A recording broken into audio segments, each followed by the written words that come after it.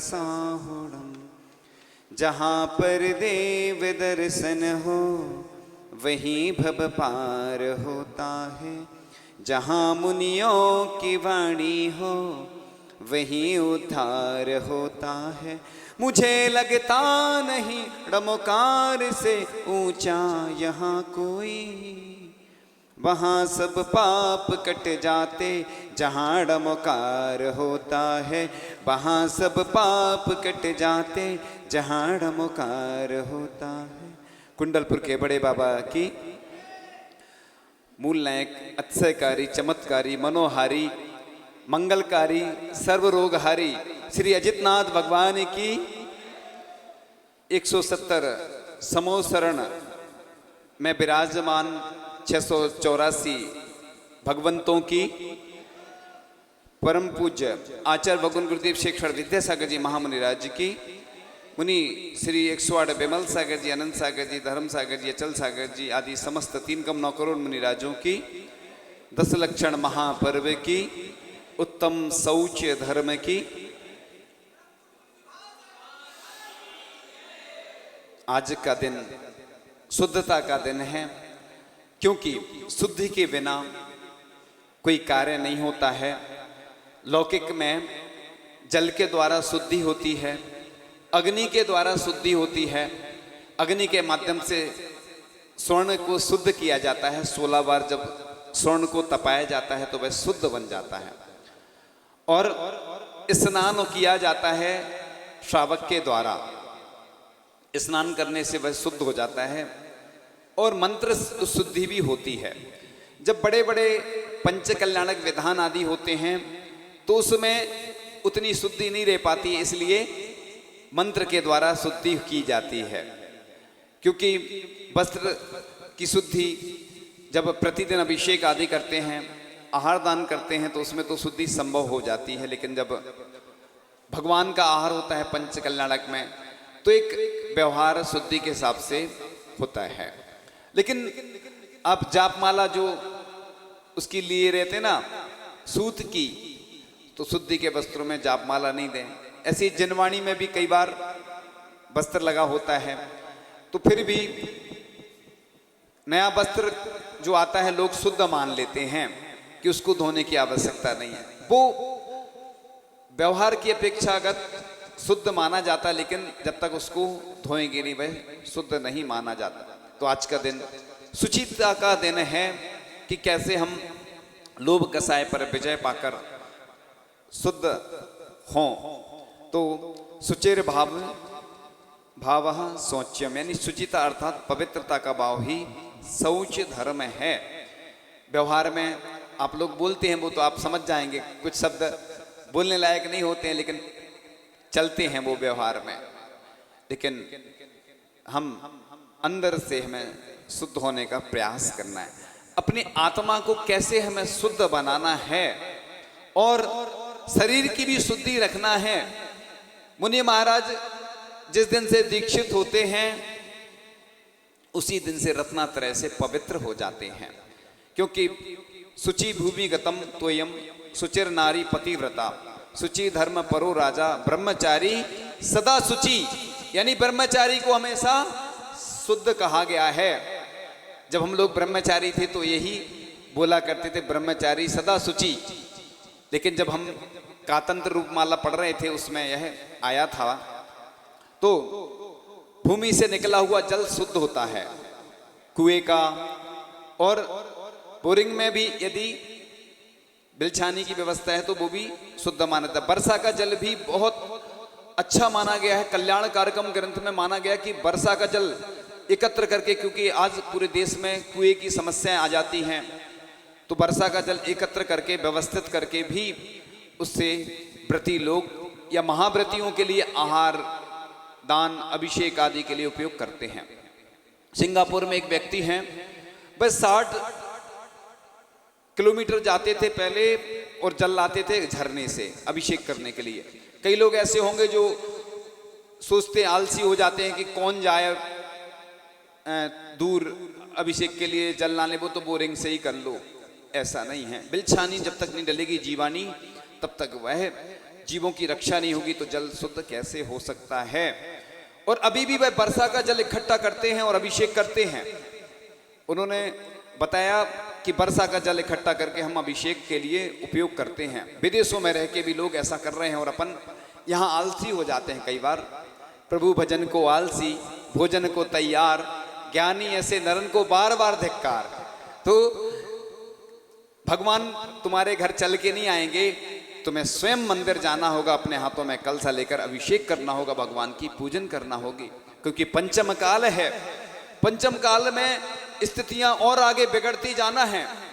क्योंकि आचार्य ऋषि ने एक बात बहुत अच्छी कही थी कि आगे जो युवा पीढ़ी आएगी नए मोबाइल खरीदेगी, कार खरीदेगी, अच्छे मकान बनाएगी, दुकान बनाएगी और भी ऐश्वर्य की चीजें तो खरीदेगी, लेकिन मंदिर नहीं बनवाएगी। इसलिए आचार्य भगवान को चिंता हुई कि मैं अंतिम श्वास तक कम से कम एक काम तो कर जाऊं कि हमारी आगे आने वाली पीढ़ियां पंचम काल के अंत तक 18,500 वर्ष जो जिसमें जितने लगभग बचे हैं, हमारा जैन धर्म सुरक्षित रहे। हर व्यक्ति को अपने वंश की चिंता है, हर व्यक्ति को अपने परिवार की चिंता, लेकिन एक संत ऐसे हैं जिनको पूरी दुनिया की चिंता है कि कैसे हमारा जैन धर्म सुरक्षित रहे। तो उन्होंने कहा कि नहीं, अनंत काल तक तो नहीं हम कर सकते, लेकिन हजारों वर्ष के लिए हमारे मंदिर सुरक्षित हों। इसलिए उन्होंने पाषाण के जिनालयों के लिए आशीर्वाद दिया। आज आप देख रहे होंगे कई स्थानों पर तीर्थ क्षेत्र बन रहे हैं, कई नगरों में पाषाण के जिनालय बन रहे हैं, प्रतिमाएं विराजमान हो रही हैं। क्योंकि आज हम देखते हैं भोगों में अगर किसी को मोबाइल खरीदना हो तो तुरंत लोग लिए रहते साथ में।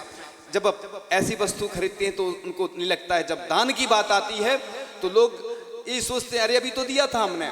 लेकिन हमने तो ऐसे उदाहरण देखे कि जिनने भी आचार्य ऋषि का चातुर्मास का कलश लिया या अन्य साधुओं का भी चातुर्मास का कलश लिया, या जिन्होंने जो भी दान दिया, अपने आप जाने कहां से पूर्ति हो गई। अभी एक दिन पहले की बात है, कोई व्यक्ति बता रहे थे हमारे लिए कि महाराज जी जब जिस दिन से मैंने दान दिया तो बस मेरी स्थिति अच्छी होती चली गई। अभी चूंकि त्याग के दिन इसकी चर्चा करेंगे, अभी चूंकि प्रसंग दूसरा चल रहा है कि हम कैसे शुद्ध हों। तो हमें शुद्ध होने के लिए क्या करना चाहिए, इसी के बारे में आज चर्चा करेंगे कि संतोषी जो रहता है व्यक्ति, उसकी देव भी पूजा करते हैं। संतोष के कारण ही जय कुमार की देवों ने पूजा की, ऐसा उदाहरण पुराण ग्रंथों में मिलता है।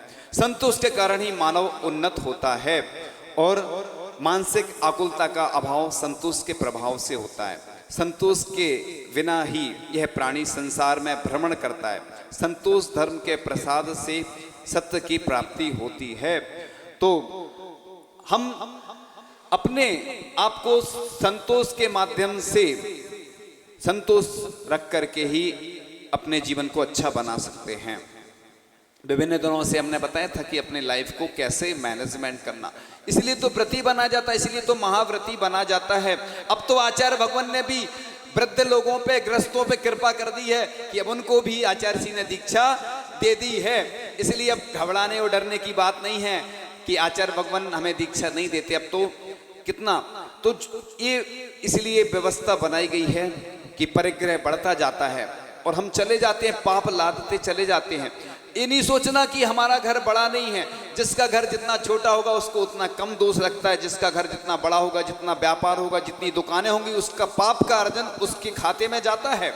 इसलिए जो 10 दिन के लिए व्यापार अगर बंद कर देते हैं या सप्ताह में एक दिन बंद करते हैं या अपनी अनुकूलता से पूजन आदि करते हैं, धर्म के कार्यों में लगे रहते हैं, समझ लेना कि वह बहुत बड़ा धर्मात्मा है, ना कि जो बहुत बड़ा व्यापार कर रहा है। लोग आते हैं, महाराज जी हमें 100 धर्मबंद बनना है, बस एक भावना है, लोगों को देखते हैं 100 धर्म बनते हुए तो मन में एक भावना आती है कि हम भी इतना पैसा कमाएं कि दान दें।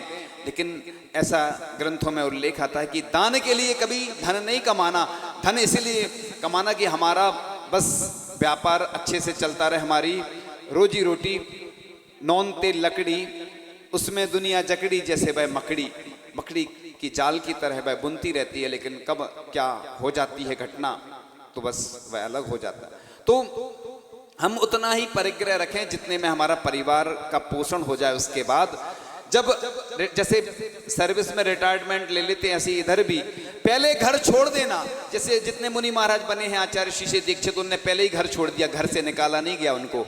और तुम्हें कोई घर से आपके परिवारजन निकाले, उससे पहले ही निकल जाना, क्योंकि पहले निकलने में अच्छा लगता है, खुशी होती, प्रसन्नता होती, और बाद में निकालते जबरदस्ती भगा देते हैं तो अपनी बेइज्जती होती है। इसलिए ऐसी बेइज्जती कभी नहीं करवाना।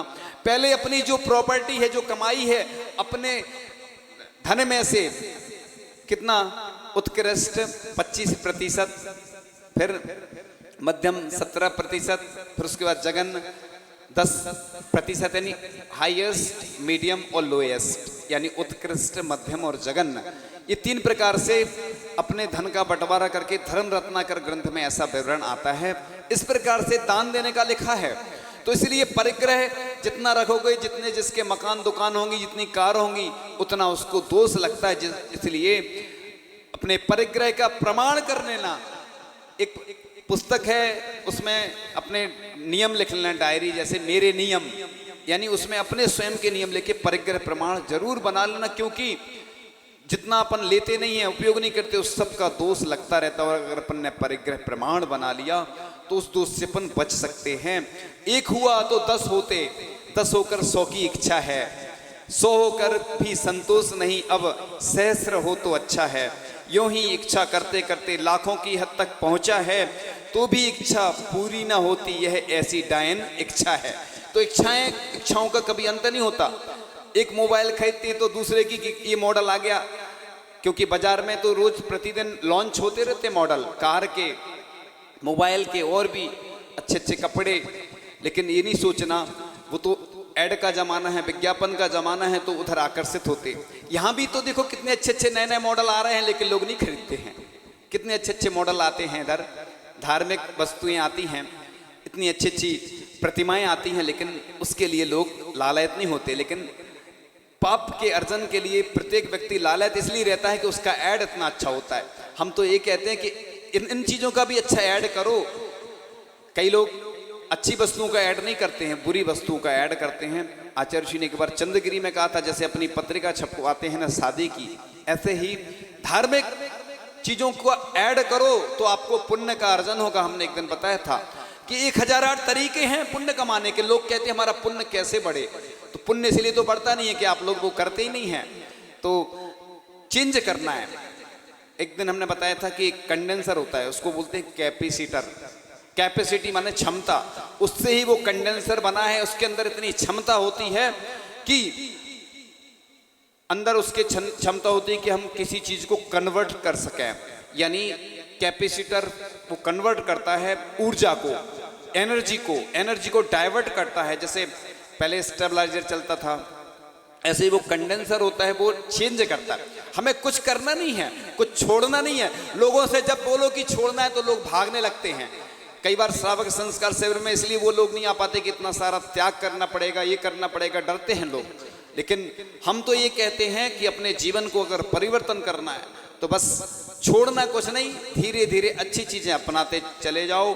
जैसे जमीन में जब पानी निकालना होता है, कुएं में, बोरिंग आदि में, तो मिट्टी को निकाला जाता है। ऐसे अपने दुर्गुणों को हम निकालते जाएंगे, अच्छी चीजों को अपनाते चले जाएंगे, तो बस आपका जीवन इतना अच्छा बन जाएगा कि लोग विश्वास नहीं करेंगे कि ये व्यक्ति था जो अंजन चोर से निरंजन बन गया। देखो अंजन चोर भी निरंजन बन जाते हैं, यानी भगवान बनने की क्षमता सबके अंदर विद्यमान है।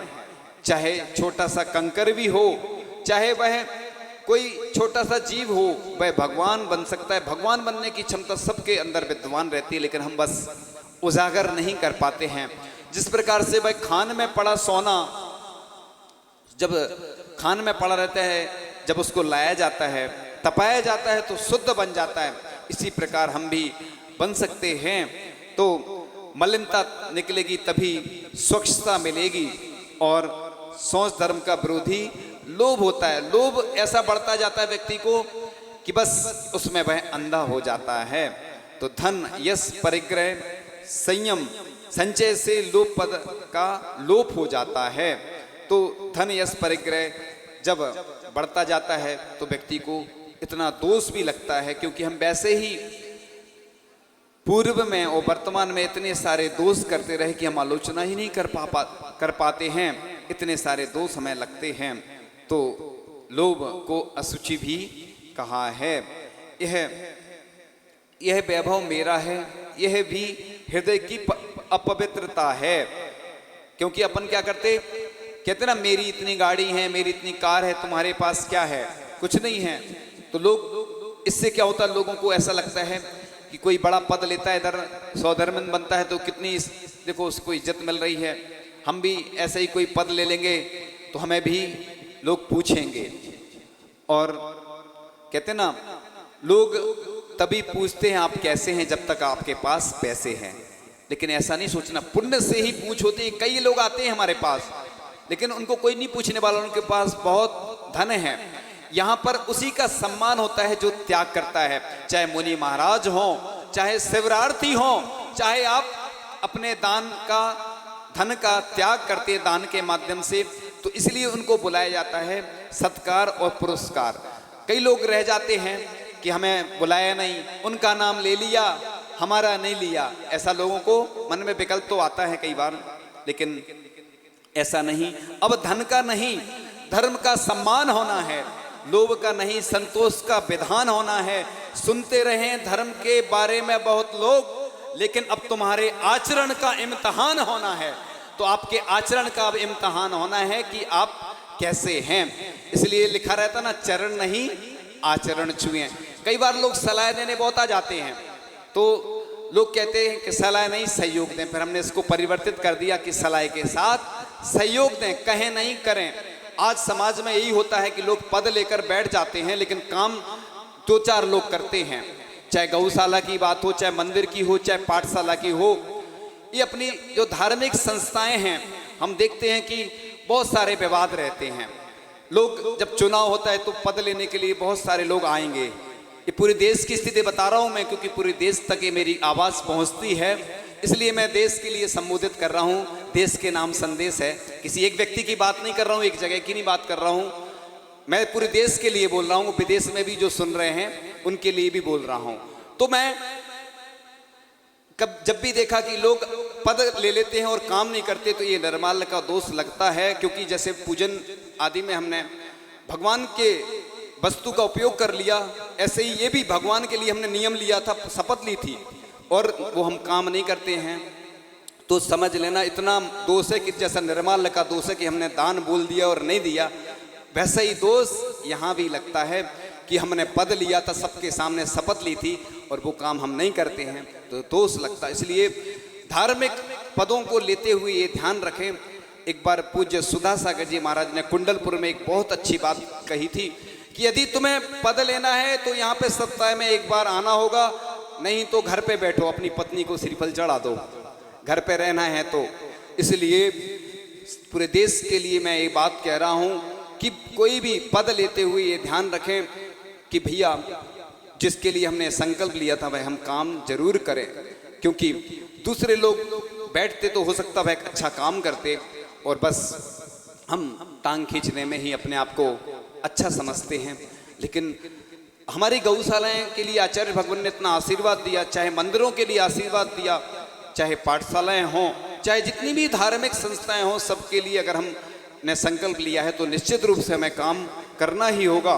तो इस प्रकार से जब हम अपने जीवन को अच्छा बनाएंगे, एक बात और आज सूची यानी सोच धर्म है कि कई बार लोग कुछ भी नाम लिख देते हैं, आप हमें सारे में बता देंगे, आप समझ जाएंगे, कुछ बातें ऐसी रहती हैं।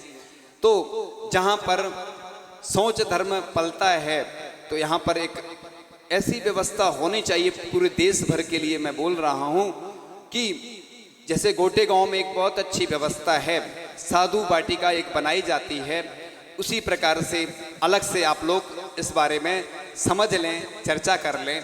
क्योंकि वो इधर बोलना ठीक तो नहीं रहता है, लेकिन आप इशारे में सब समझ गए होंगे। तो आप जो उधर लौकिक में जो लगाते हैं, आप इस चीज को समझें कि उत्तम सोच धर्म का अर्थ है पवित्रता। यानी जब हम अशुद्धि को त्यागते हैं, तब हमारे अंदर, हमारी आत्मा में और शरीर में शौच धर्म का प्रवेश होता है। तो चाह गई चिंता मिटी मनवा बेपरवाह, जिनको कुछ ना चाहिए बेसाहन के साह। यानी मुनिराज होते हैं, देखो जब दीक्षा लेते हैं सब कुछ त्याग देते हैं, तभी उनकी जय जयकार होती है। आचार्य भगवान देखो बिल्कुल कभी भी अपने पास कुछ भी नहीं रखते हैं और पूरी दुनिया आज उनकी दीवानी है। आचार्य भगवान एक बार कलकत्ता में जा रहे थे, विहार कर रहे थे, और विहार करते समय जब वह चल रहे थे तो नीचे इरियापथ से चल रहे थे, और दूसरे दिन अखबार में हेडिंग आई, उसमें हेडिंग में लिखा था कि मैंने आज एक ऐसे संत को देखा जिसको पूरी दुनिया देख रही थी लेकिन वह किसी को नहीं देख रहा था। यानी आचार्य भगवान की दृष्टि नीचे रहती है, बिल्कुल किसी को देखते नहीं, वो कौन आ रहा कौन जा रहा, लेकिन पूरी दुनिया उनको निहार रही थी, देख रही थी। ऐसे संत हैं हमारे आचार्य भगवान कि हमेशा बिल्कुल निर्लिप्त वृत्ति से कार्य करते हैं। उनको कभी ये नहीं रहता है चिंता कि उधर क्या हो रहा होगा। वो तो साधु संतों को बस भेज देते हैं चातुर्मास करने, प्रवास करने, ग्रीष्मकालीन शीतकालीन करने भेज देते हैं कि बस अपने आप जैसा जहाँ का पुण्य होगा वैसा वहाँ होता है। कभी उनके अंदर ये नहीं रहता कि मेरे नाम से इतने सारे तीर्थ बने, मेरे इतने सारे शिष्य बने। एक बार किसी ने कहा आचार्य भगवान से, आचार्य भगवान आपके इतने सारे शिष्य हैं और आचार्य भगवान आप हमेशा क्या भावना करते हैं? तो आचार्य ऋषि ने बहुत अच्छी बात की, बड़े गौर से सुनने लायक है वह बात। आचार्य भगवान ने कहा कि मैं हमेशा यह सोचता हूँ भगवान के दर्शन करते समय कि मेरे शिष्य मेरे से पहले भी सिद्ध बन जाएं। देखो कितनी कल्याण की भावना होती है। एक बार आचार्य भगवान से किसी ने कहा कि आचार्य भगवान आपकी सब फोटो कॉपी हैं आपके शिष्य। तो आचार्य भगवान ने जो जवाब दिया वह जवाब बड़े गौर से सुनने लायक है। उन्होंने कहा कि मेरे शिष्य मेरी फोटो कॉपी नहीं है, मेरे शिष्य मेरी ओरिजिनल कॉपी हैं। देखो एक गुरु के अंदर कितनी अच्छी भावना रहती है। और मुझे एक और संस्मरण याद आ गया कि आचार्य भगवान गौर झामर में प्रवेश हो रहा था। आचार्य भगवान का पंच कल्याण के लिए 2015 की घटना है ये। आचार्य भगवान आए, हम लोगों ने अगवानी की, 6 मुनि राज थे उस समय। अगवानी करने के बाद हम लोग एक खेत में बैठ गए और 1 इंच का पाटा 2x2 का जो कि जमीन में रखा हुआ था, आचार्य भगवान बैठे हुए थे। ये उदाहरण इसलिए मैं दे रहा हूं कि दुनिया के लिए ये उदाहरण एक सर्वश्रेष्ठ उदाहरण है।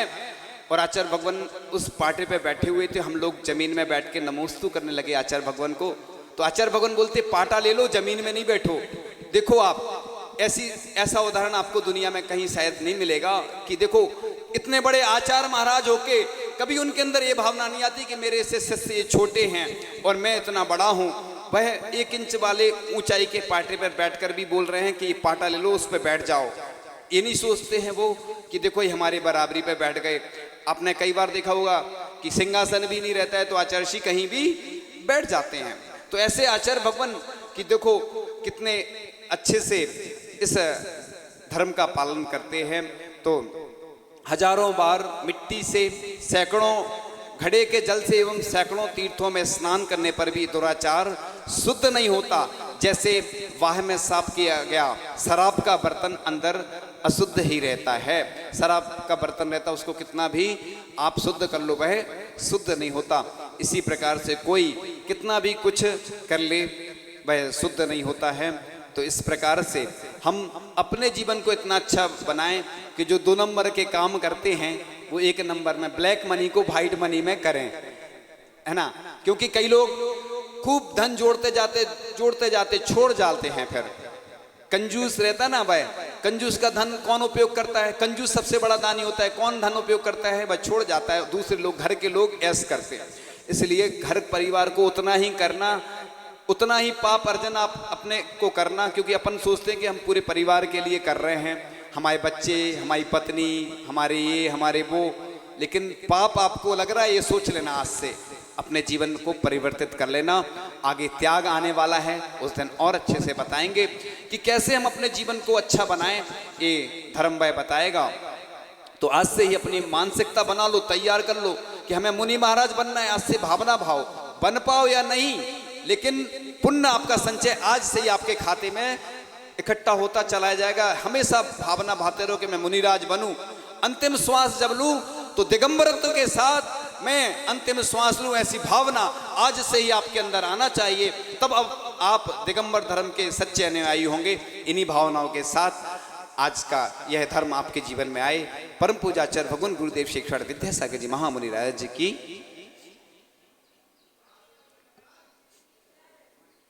आ जाओ।